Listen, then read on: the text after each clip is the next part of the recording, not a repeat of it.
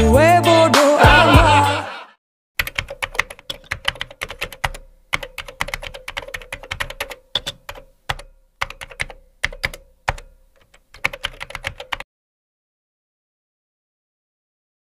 Ya Rabbi salli ala nabiyyika daiman fi hadhihi dunya wa ba'th insani ya 'ayna faydillah wal 'irfani yas'a ilaika al-khalqu kal-rabbani.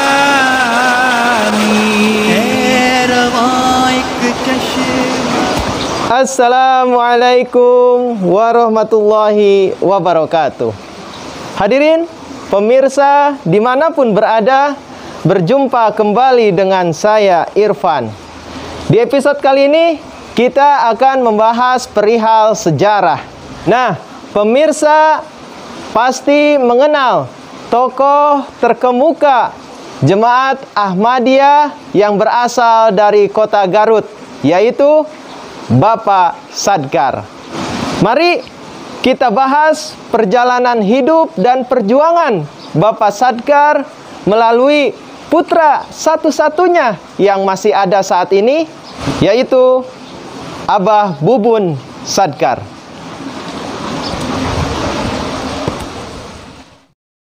Assalamualaikum Abah. Waalaikumsalam Pak Irfan. Kumaha damang Bah? Alhamdulillah pangestu. Alhamdulillah luar biasa ini Abah di usia yang tidak muda lagi ya, tetapi masih jag-jag waringkas. Amin, Bah. amin. Ya. Amin, alhamdulillah. Ya, alhamdulillah. Baik pemirsa di rumah, izinkan kami berdua untuk melepas masker agar suara kami dapat terdengar lebih jelas. Abah, sebelum kita lanjut, alangkah baiknya Abah memperkenalkan diri kepada pemirsa di rumah, nama lengkap Abah, kemudian tempat tanggal lahir Abah, keluarga Abah, anak, kemudian cucunya mungkin bisa diceritakan kepada pemirsa di rumah. Silakan, Bah. Assalamualaikum pemirsa. Nama lengkap Bubun Basarliat bin Sadkar.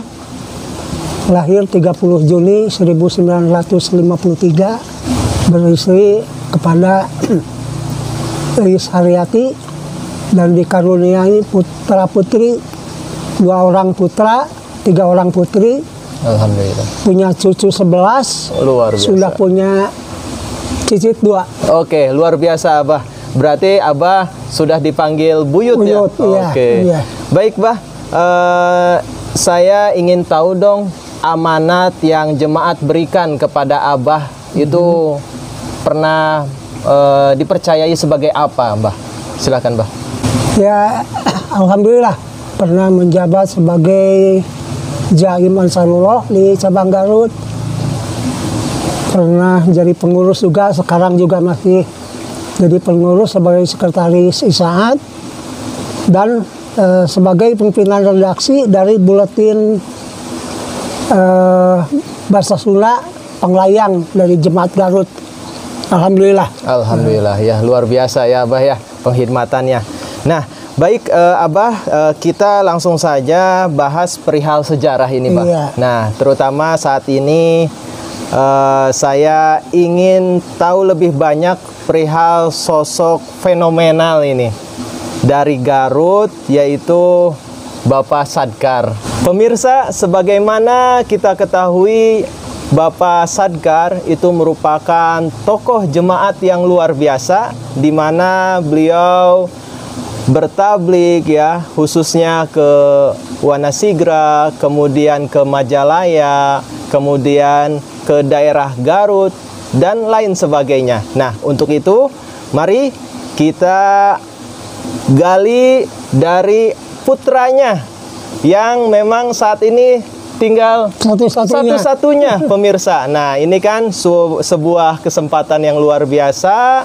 Mudah-mudahan pada kesempatan kali ini pemirsa di rumah dapat mengambil manfaat sehingga menambah motivasi kita untuk berkhidmat kepada jemaat ilahi ini. Baik, Abah Bubun mungkin bisa dijelaskan detail awalnya Ya. perjalanan Bapak Sadkar. Ya. Silakan. Pak Sadkar dengan nama asli Sadian Kartawijaya, Oh, jadi singkatan, singkatan dari Sadian Kartawijaya. Gitu. Soalnya buku-buku yang beredar Ya. jemaat ini yang dikenal yaitu Sadkar Ya. saja ya. Rupanya Dan ada panjangnya ya. Dan itu nama Sadkar itu mulai dikenal dari tahun 1935. 35. Oke. Semenjak beliau sering membuat tulisan-tulisan di majalah, di koran-koran dan penerbitan buku-buku. Iya, iya, iya. Sebetulnya nama asli beliau adalah Sadian Kartawijaya. Beliau lahir pada tanggal 11 April 1911 Iya. di Parigi, Parigi Kabupaten Pangandaran ya. Kabupaten Ciamis Selatan kalau dulu. Kalau sekarang ada pemekaran itu masuknya ke Kabupaten Pangandaran. Iya, iya. Nah, beliau lulus dari sekolah desa, masuk ke Fairfield School. Iya. Lulus dari sana, dianggap beliau menonjol dalam hal pendidikannya itu.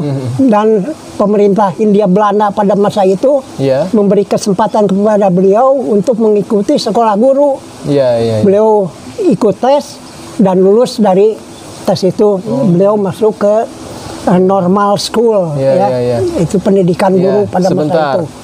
Abah, artinya Pak Sadkar memang semenjak kecil memiliki kepintaran ya. Sudah menonjol kepandaiannya. Nah, itu Iya. luar biasa. Iya. Oke, dilanjut, Bah. Iya. Padahal pada masa itu pendidikan di masa Hindia Belanda itu sangat sulit. Iya. Kalau bukan pegawai Hindia Belanda, kalau bukan keturunan menak-menak itu susah sekali. Iya, iya, iya, iya. Dan Pak Sadkar Menguasai ya. ya. Nah, lulus dari normal school, beliau mendapat biskuit untuk menjadi guru di Kadupanak. Kadupanak itu daerah Cianjur Selatan. Iya. Itu sekitar sampai tahun 35 atau 36 beliau dimutasi ke Sukapura, Sukapura Tasikmalaya. Iya. Nah, dari Sukapura Tasikmalaya inilah beliau berkenalan dengan Bapak Muhammad Thoyib. Toyib. Dengan Pak Toy juga dengan cara yang unik sekali Iya. mentabligi Pak Sadkar Pak itu. Sadkar ya. Dengan tidak secara langsung memberi tablig, tapi beliau memberi bahan-bahan buku dengan meminta pertolongan Pak Sadkar untuk menerjemahkan buku itu. Iya, Jadi Pak Sadkar menerjemahkan itu, dalam menerjemahkan itu jelas harus mendalami materi Iya, kan. betul. Sebelum menerjemah itu mendalami materi. Terbuka Pak Sadkar, wah ini ilmu yang luar biasa. Padahal Pak Sadkar sendiri itu keluaran dari pesantren dan beliau itu gemar untuk berdebat. Dan sampai saat itu belum pernah ada yang mengalahkan debatnya Pak Sadkar itu. Iya. Tapi begitu membaca ini, beliau begitu tertarik. Dan akhirnya melalui Pantoy Thoyib ini beliau dipertemukan dengan Tuan Maulana Rahmat Ali HOT.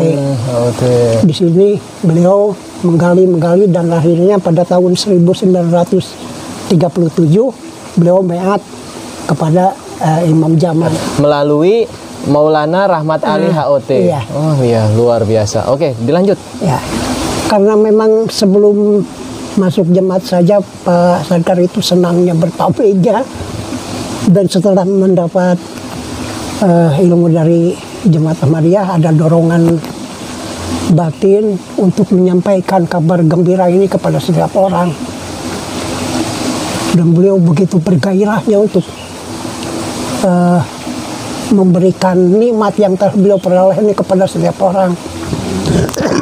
Dan akhirnya di daerah Sukapura itu beliau mendapat banyak orang-orang yang bisa ditablighi. Iya. Dan alhamdulillah beberapa kali juga Tuan Maulana Rahmat Ali HOT sering berkunjung ke Sukapura dan memberikan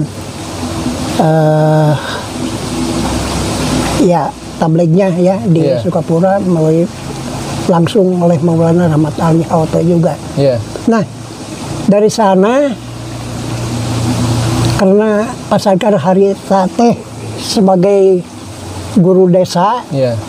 Nah, aktivitas di jemaat ini terdengar sampai ke kantor dinasnya. Ya kalau sekarang lah Disdik lah. Ya, dinas pendidikan ya. Iya.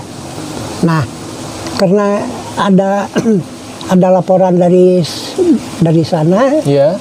terus datang surat ke Pak Sadkar. Surat semacam peringatan lah. Ya. Apakah Pak Sadkar mau terus berada di jemaat atau akan dimutasi dari Sukapura ini? Iya. Berarti diberi dua pilihan Dua ya? pilihan, keluar dari jemaat atau dimutasi. Nah, pemikiran Pak Sadkar waktu itu, waduh ini sayang orang-orang yang sedang di tablighi. Iya. Jadi kalau beliau dimutasi keluar dari Sukapura, ini orang-orang yang di tablighi itu akan terbengkalai. Iya. Akhirnya beliau itu siang malam berdoa kepada Allah Ta'ala, tahajud, memohon doa kepada Allah Ta'ala supaya jangan dimutasi dari Sukapura ini, supaya bisa terus melanjutkan tabligh di Sukapura. Seminggu kemudian datang surat dari dinas itu, Pendidikan. ya. Dan dalam pikiran Pak Sadkar, wah doa saya dikabul nih. Iya. Begitu dibaca, betul saja isinya bukan mutasi pekerjaan Pak Sadkar, Tetapi dipecat dari gurunya itu. luar biasa cobaannya. Coba luar biasa. Malah pilihannya di luar Di itu luar, ya. di luar iya, di luar luar yang dua permintaan itu ya. Akhirnya Pak Sadkar dipecat. Ya sempat juga Pak Sadkar itu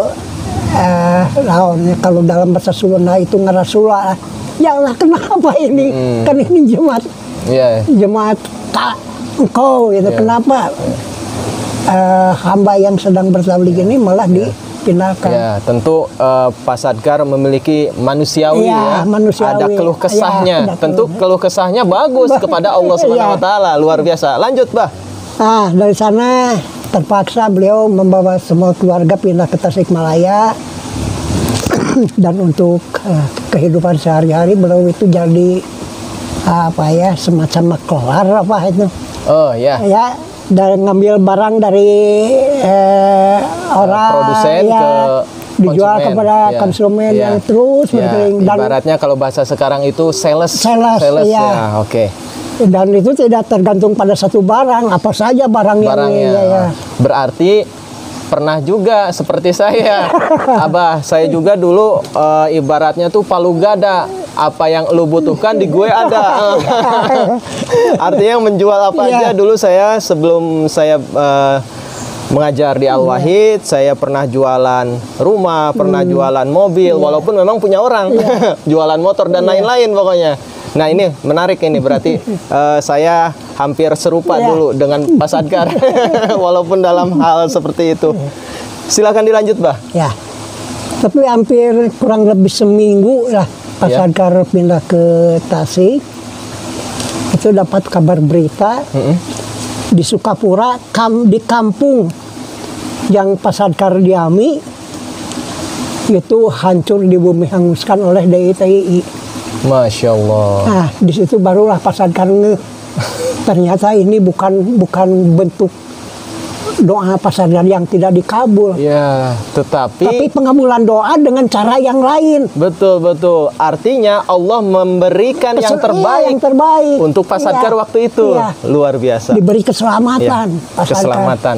Nah, makanya dari mulai saat itu dalam setiap doa Pak Sadkar tidak memohon agar supaya begini, tetapi agar diberikan apa yang terbaik menurut Engkau ya Allah. Itu pengalaman dari sana. Mulai dari sana. Nah, dari sana sekitar tahun 44, Iya. tahun 44 ternyata hujan itu belum berakhir. Di Tasikmalaya itu ada yang namanya banjir getih di Sukamana. Ya. Itu kiai-kiai yang memberontak terhadap pemerintahan Jepang pada waktu itu. Dan ada segolongan orang yang melaporkan bahwa yang menjadi organisatoris dari pemberontakan ini adalah orang-orang jemaat Ahmadiyah. Makanya waktu itu orang-orang Ahmadiyah banyak yang ditangkapi. Di samping Di antaranya siapa aja waktu itu? ada catatannya kalau nggak salah. Boleh. Di antaranya selain Pak Sadkar itu ada Bapak Sarip dari Sukapura, Ya. Bapak Surjah dari Indihiang, Bapak Rasli dari Tasikmalaya, Ya. Bapak Jumria dari Singaparna, Bapak Maulwi Malik Aziz Ahmad Khan dari Kebumen, Bapak Antoi Muhammad Thoyib dari Singaparna, Bapak Maulana Abdul Wahid, Bapaknya Bapak Amir Pak Amir Nasional Haji Ya. Abdul Basit. Waktu itu beliau sedang bertugas di Bandung Oh. bersama-sama dengan Bapak Abdul Samit. Iya. Terus ada Bapak Muhammad Yahya dari Garut, Ya. dan ada juga seorang simpatisan dari Mangunreja namanya Tio Kim Choan. Tionghoa ya? Iya, Tionghoa itu simpatisan jemaat. Itu juga termasuk orang-orang yang ditahan di Kempetai. Sekitar 3 bulan selama ditahan di rumah tahanan Kempetai yang sekarang itu jadi Jalan Sultan Agung Ya. di Bandung. Mungkin termasuk Pak Entoy Thoyib ya? Kecuali Pantoy Thoyib. Terkecuali Pantoy Thoyib itu kalau yang lain 3 bulan, Pantoy Thoyib itu menjalani tahanan 2 tahun. 2 tahun ya. Karena Pantoy Thoyib termasuk adalah seorang pejuang yang tingkatnya nasional. Oke, nah pemirsa, kisah ya Pak Entoy Thoyib itu di penjara ini telah dibahas juga di episode sebelumnya, yaitu dengan Bapak Haji II Argadiraksa. Silahkan bisa disimak episode saya dengan Haji II Argadiraksa. Dan dilanjut, Abah, perihal penahanan Ya. itu. Ya, setelah 3 bulan ditahan, beliau pulang dan Ya. kebetulan istri beliau sudah pulang ke kampung halamannya di Garut, Ya. di Tegal Panjang. Jadi beliau pun begitu pulang dari tahanan langsung ke Garut. Ya. Tapi semua cobaan yang telah dialami beliau ini tidak membuat beliau surut. Di Tegal Panjang pun beliau kembali bertablik. Dan akhirnya di Tegal Panjang berdiri ranting Jemaat Ahmadiyah Tegal Panjang. Itu masuknya Wanaraja. Ya. Ya, walaupun ya Bah ya habis keluar dari tahanan tetapi malah semakin membara semangat bertabliknya ya. Ya. Luar biasa. Dilanjut, Bah. Nah, di sana berdiri ranting jemaat dengan cukup banyak anggota juga. Tapi ternyata penentangan ini luar biasa juga di sana. Ada 2 pihak, ada golongan-golongan dari ya alim ulama juga, Ya. ada golongan dari DITI Oh. yang merasa tidak suka terhadap Jemaat Ahmadiyah. Ya. Ceritanya ada satu waktu kelompok orang-orang yang tidak menyukai jemaat ini merencanakan untuk membunuh keluarga Pak Sadkar. Dan di hari yang sama juga kelompok DITI juga merencanakan untuk membunuh keluarga Pak Sadkar. Akhirnya di suatu malam, nah kelompok yang satu ini sudah bersedia, itu ada pagar hidup. Kalau di kampung-kampung yang namanya Baluntas itu pasti orang Sunda itu pada tahu. Ya. Nah, orang-orang itu sudah Cingogo itu ya? Jongkok untuk mengintip keluar masuknya dari rumah Pak Sadkar. Iya. Udah bersiap-siap dengan senjatanya masing-masing. Nah, di saat itu rombongan kedua yang dari DITI juga datang dengan maksud yang sama. Melihat banyak orang yang berjongkok, itu disangkanya keluarga Pak Sadkar yang lagi bersembunyi.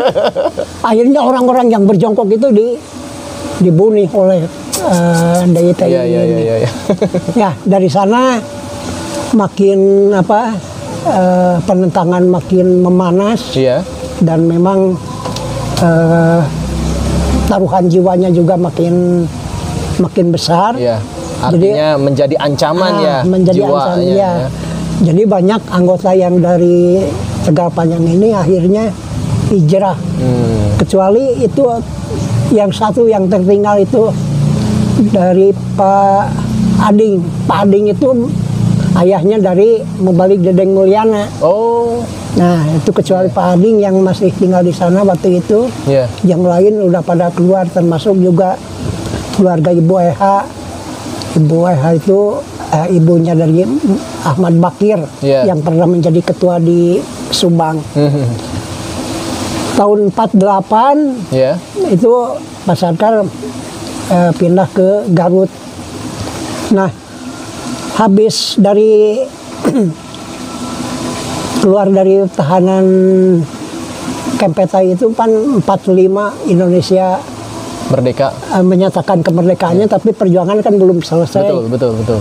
Nah, Pak Sarkar itu aktif dalam perjuangan, dan pada tahun 47 pemerintah Indonesia memberikan pilihan kepada Pak Sarkar, apakah akan melanjutkan profesi guru lagi ataukah akan melanjutkan profesi sebagai TNI, karena beliau dalam perjuangannya itu.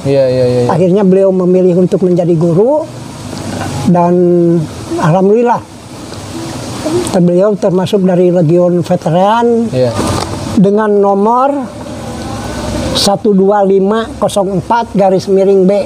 Itu beliau tercatat sebagai anggota Legion Veteran Indonesia.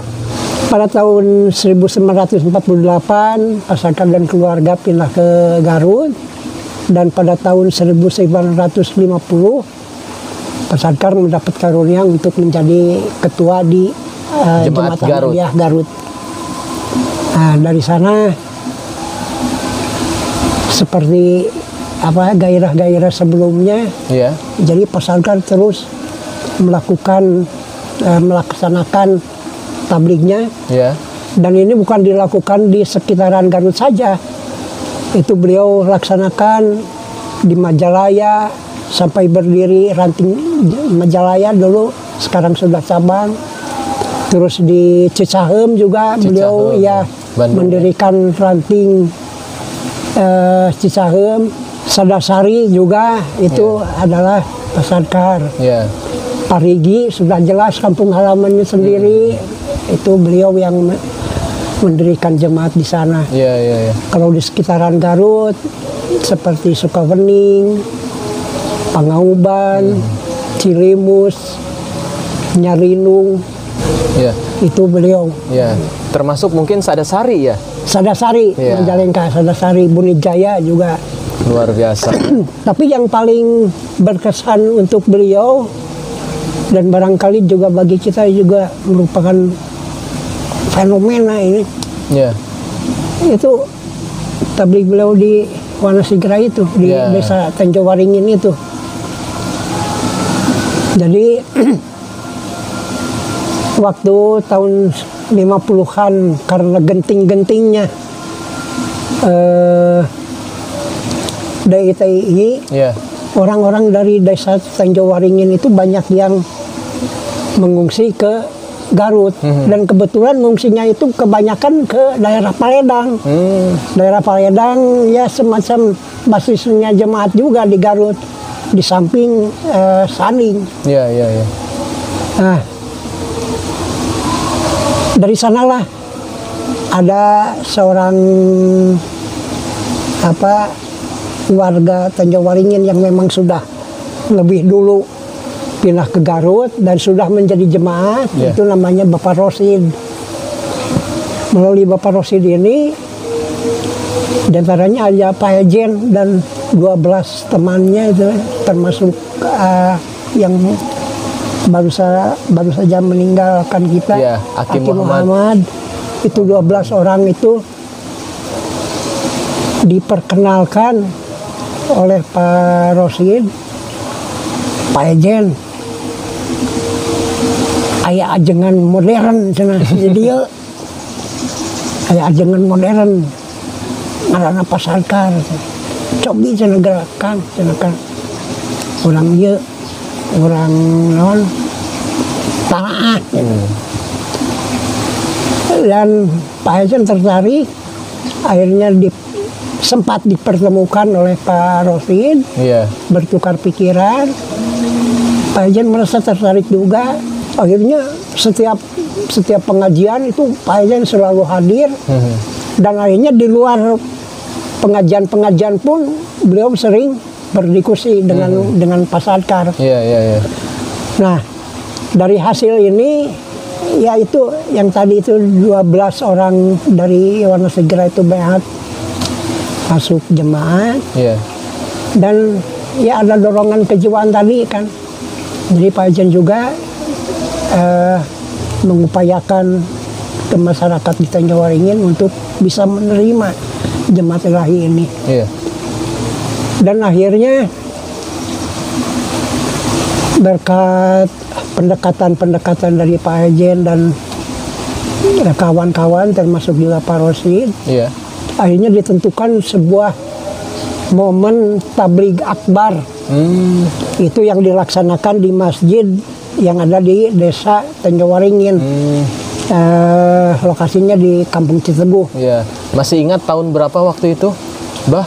Tahun 50-an. 50-an. Nah, dari tabligh akbar itu, alhamdulillah, begitu habis tabligh akbar, banyak orang yang beat. Menurut catatan yang pernah ditulis oleh Pak Sadkar, itu yang beat waktu itu sekitar 325 orang. 325 orang. Dan hampir penduduk Citeguh itu hampir 100% masuk jemaat. Dan karena masyarakat Citeguh hampir 100% masuk jemaat, terus kebetulan yang menghibahkan masjid di Tanjung Waringin juga orang-orang yang telah masuk jemaat. Iya. Itu cukup lama juga jemaat memakai masjid yang ada di balai desa itu untuk kegiatan jemaat. Abah salah satu saksi hidup yang bisa menyaksikan papan nama jemaat Ahmadiyah itu berdampingan dengan kantor kepala desa Tanjung Waringin. Berdampingan dengan? Ya, dengan kantor kepala desa. Kepala desa, luar biasa. Luar biasa.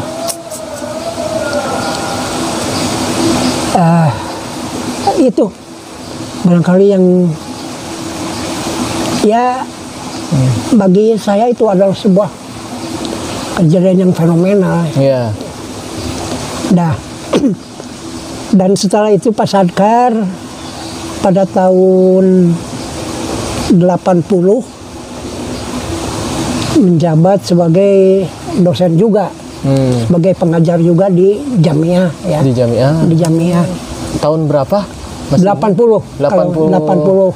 1980 sampai kurang tahu sampai berapa, tapi yang dimulainya 1980. Oke. Kalau nggak salah ayahanda Pak Irfan juga sempat diajar. Sempat sama. Iya. Ya, di samping menjadi pengajar di Jamiah, beliau juga menjadi anggota Dewan Naskah, yaitu bersama-sama dengan Bapak Raden Ahmad Anwar, dan juga menjadi tim penterjemah Al-Quran ke dalam bahasa Sunda. Iya. Dan beliau wafat pada tanggal 28 April 1993 dalam usia 82 tahun. Buah karya yang telah beliau cetak dalam berupa buku-buku, diantaranya adalah Tanda-tanda Akhir Zaman dalam bahasa Sunda. Iya. Ahmadiyah Pelebah Mana Mahiwalnya juga dalam bahasa Sunda. Iya. Insan Kamil dalam bahasa Sunda. Ashabul Kahfi dalam bahasa Indonesia. Iya. Menjawab Tuduhan Usang dalam bahasa Indonesia. Menjajaki Kitab Suci bahasa Indonesia. Nabi Muhammad SAW Rasul untuk segala bangsa bahasa Indonesia. Dan ada lagi yang belum sempat dicetak, Allah dan Rasul dalam Al-Quran dalam bahasa Indonesia ini belum dicetak, termasuk juga Al-Fatihah.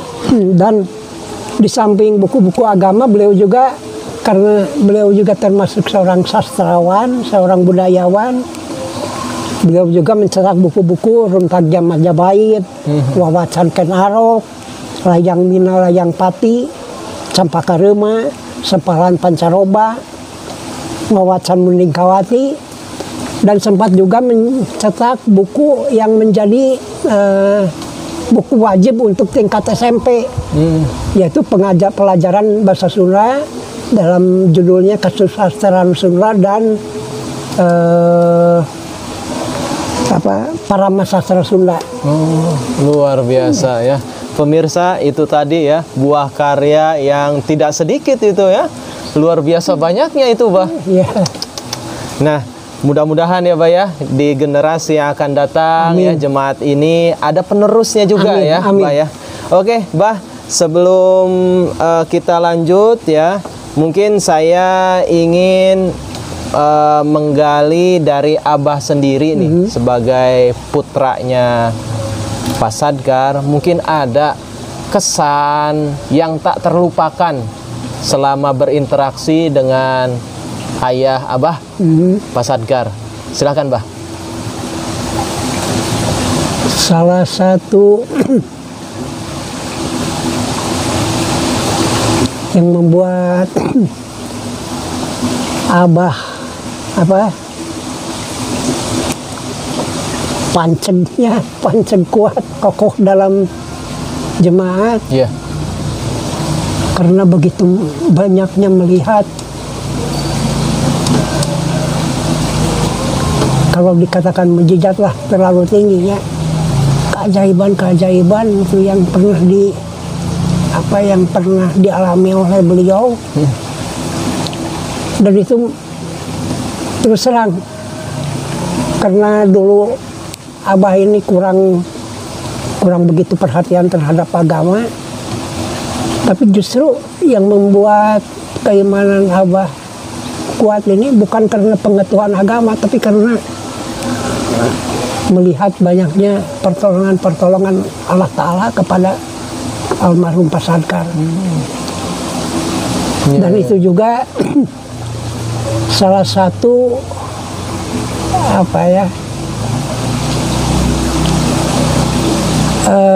yang pernah diceritakan beliau juga kepada Abah terutama mengenai sosok dari Maulana Rahmat Ali. Dan ini juga Abah rasa ini juga merupakan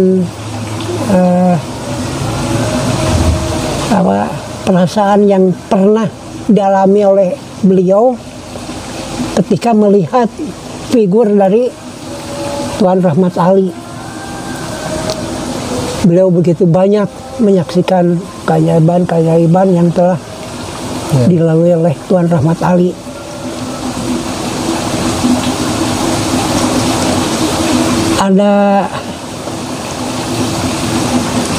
Ada sebuah ya sambil bincang-bincang itu Pak Sadgar pernah menceritakan waktu di Sukapura suatu saat, karena nanti malam ada orang yang mau ditabligi, itu siang itu Tuan Rahmat Ali itu sudah hadir di Sukapura. Ya sekitar matahari terik-teriknya itu setelah zuhur, jam 1, jam 2 lah. Itu kalau di kampung itu pasti ada yang namanya teras-teras, itu pasti ada menghadap ke jalan. Sambil bincang-bincang, Tuan coba bayangkan kalau panas begini, yang paling enak kita makan itu apa? Dan Pak Sadgar menjawab, wah kalau yang paling enak sekarang kita makan adalah es kombinasi. Es kombinasi pada zaman tahun 40-an itu hal yang luar biasa. Itu itu hanya ada di kota-kota besar ya. Iya. Karena tidak seperti sekarang tiap rumah punya punya kulkas. Iya. Itu harus ada pengadaan esnya juga. Betul. Dan setelah begitu beliau menjawab, ya tunggu sebentar.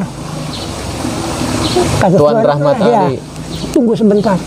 Dalam hati Pak Sadkar, rek di mana? Siapa kombinasi di dia di kampung jauh kan itu kan dia. Tapi tak lama kemudian ada seseorang yang lewat. Assalamualaikum, waalaikumsalam. Pak siapalah gitu. Yeah. Tapi yang jelas nantinya juga ya, orang ini masuk jemaat juga. Mulai di mana? Iya Bang Sulti Tasik Pak Sadkar. Pas ngelayan pun anak, iya geraya, cenaya, ayah oleh-oleh, gera raosan. Dan itu adalah es kombinasi. Yang begitu tadi dibayang-bayangkan.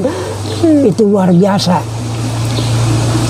Tapi satu hal dengan doanya yang begitu Allah Ta'ala langsung memberikan, tapi ternyata dalam kehidupan sehari-hari itu Rahmat Ali itu justru banyak berada dalam perut kelaparan. Berpuasa. Ya? Berpuasa. Beliau tidak mengumbar itu kemurahan hati Allah Ta'ala itu tidak diumbar. Dan satu lagi yang beliau kagumi dari Tuan Rahmat Ali itu adalah suatu saat seperti biasa itu ada yang mau ditablighi, beliau datang, sudah waktunya kegiatan dimulai, itu ada berita bahwa orang yang akan ditablighi itu berhalangan hadir, beliau tidak bisa datang. Itu sudah malam dan Tuan Rahmat Ali bersikeras untuk kembali pulang ke tempat. Nggak bisa ditahan-tahan. Jawaban beliau, saya kesini untuk tabligh, bukan untuk makan dan bukan untuk tidur. Dia berjalan kaki pulang. Itu hal yang luar biasa. Luar biasa pemirsa ya. Perjuangan Tuan Rahmat Ali ya, luar biasa memang.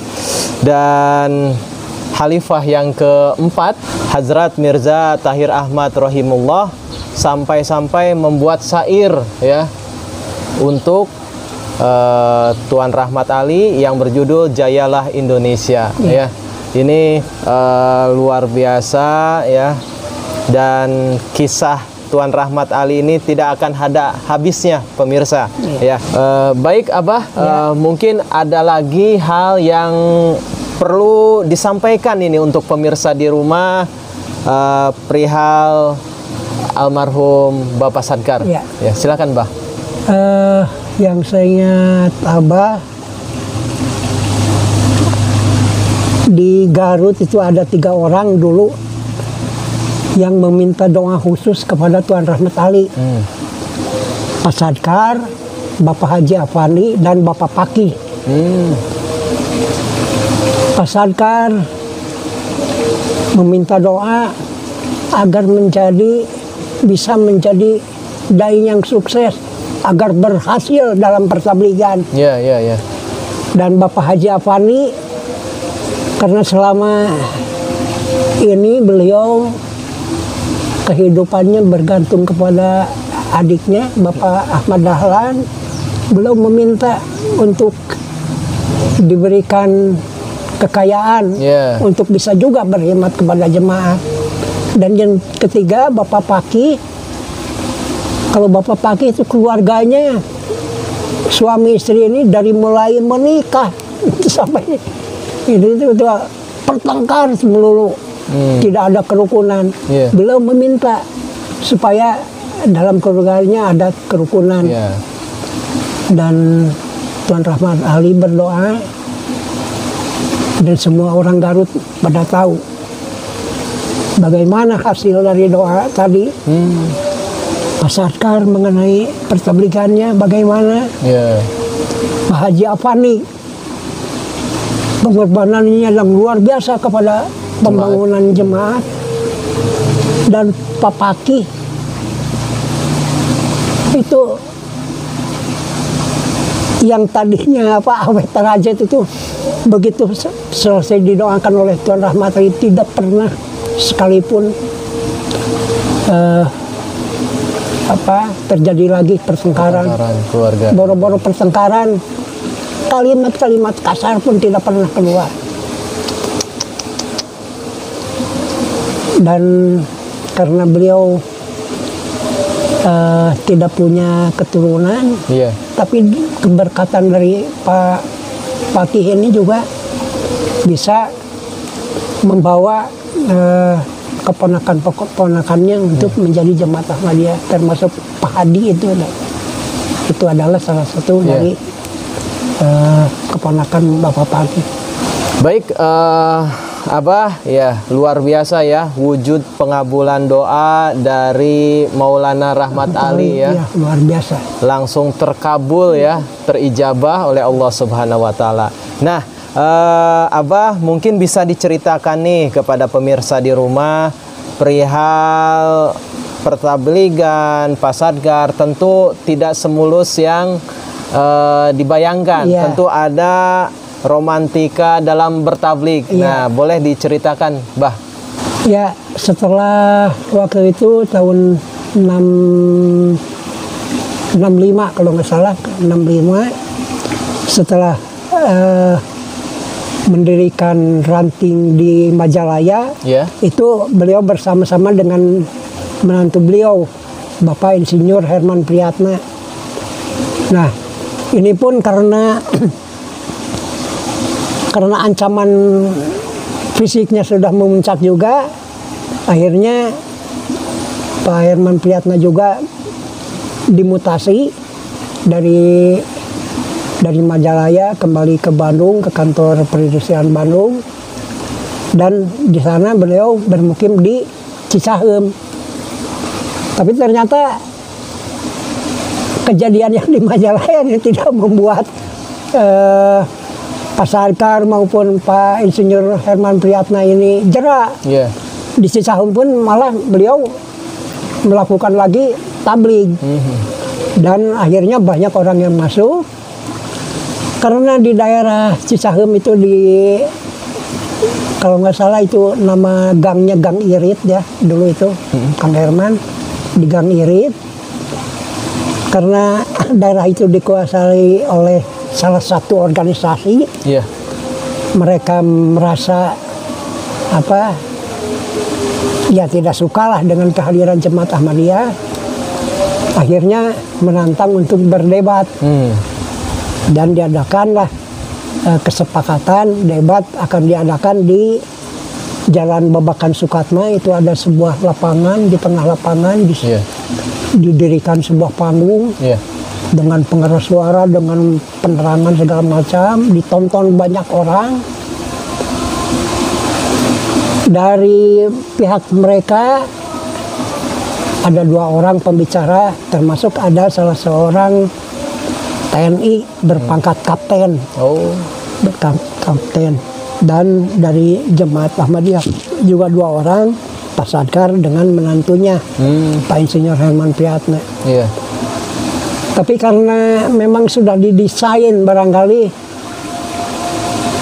untuk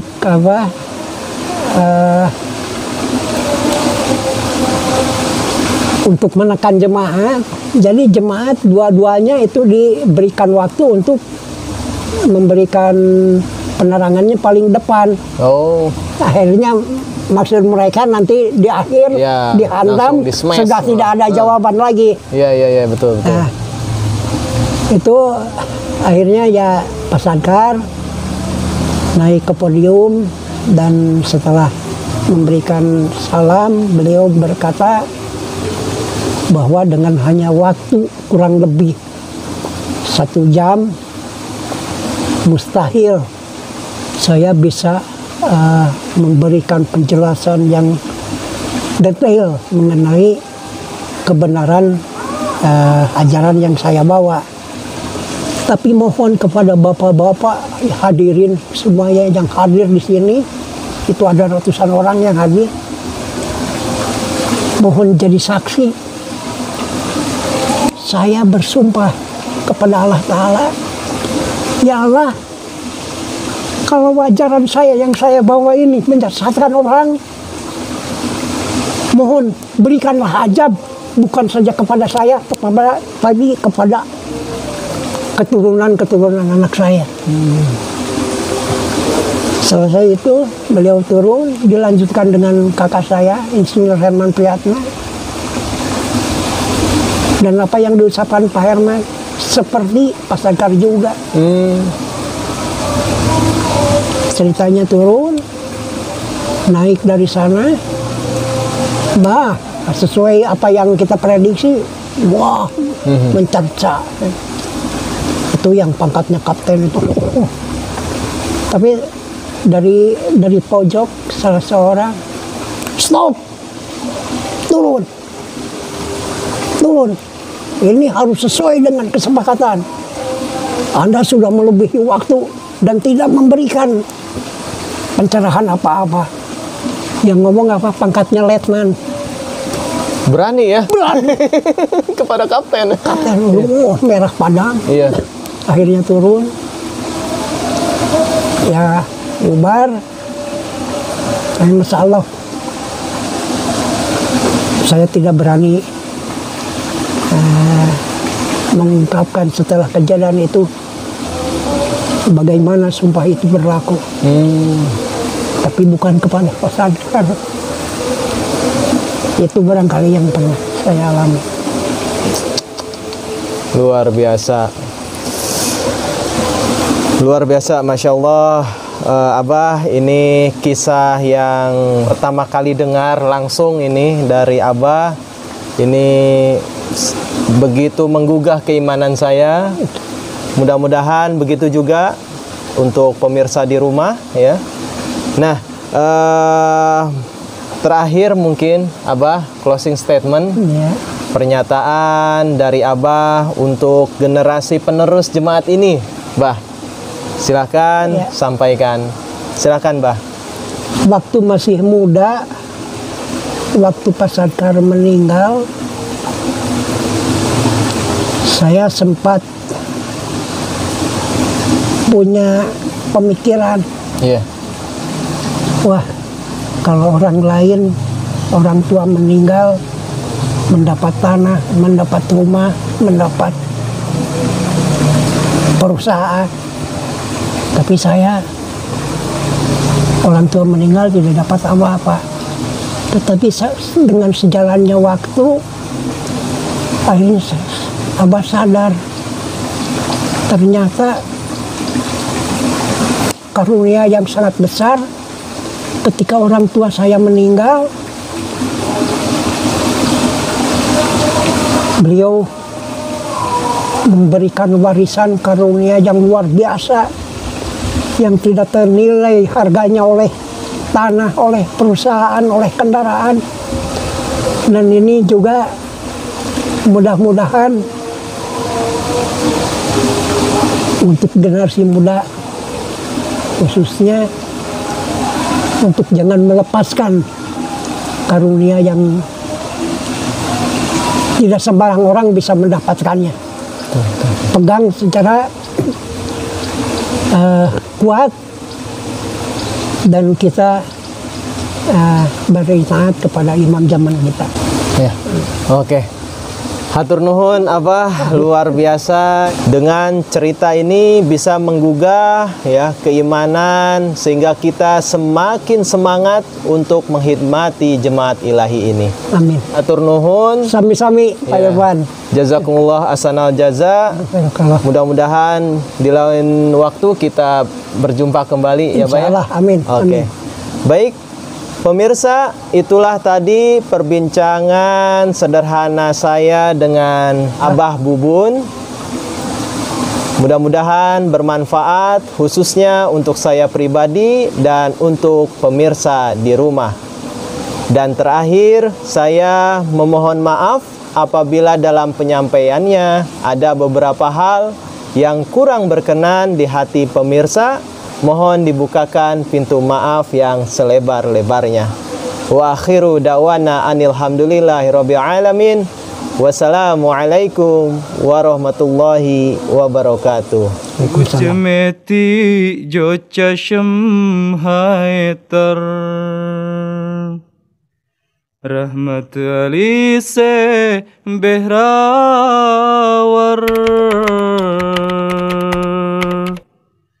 आज भी है उनमें से कई नरगजी की सल दे दावर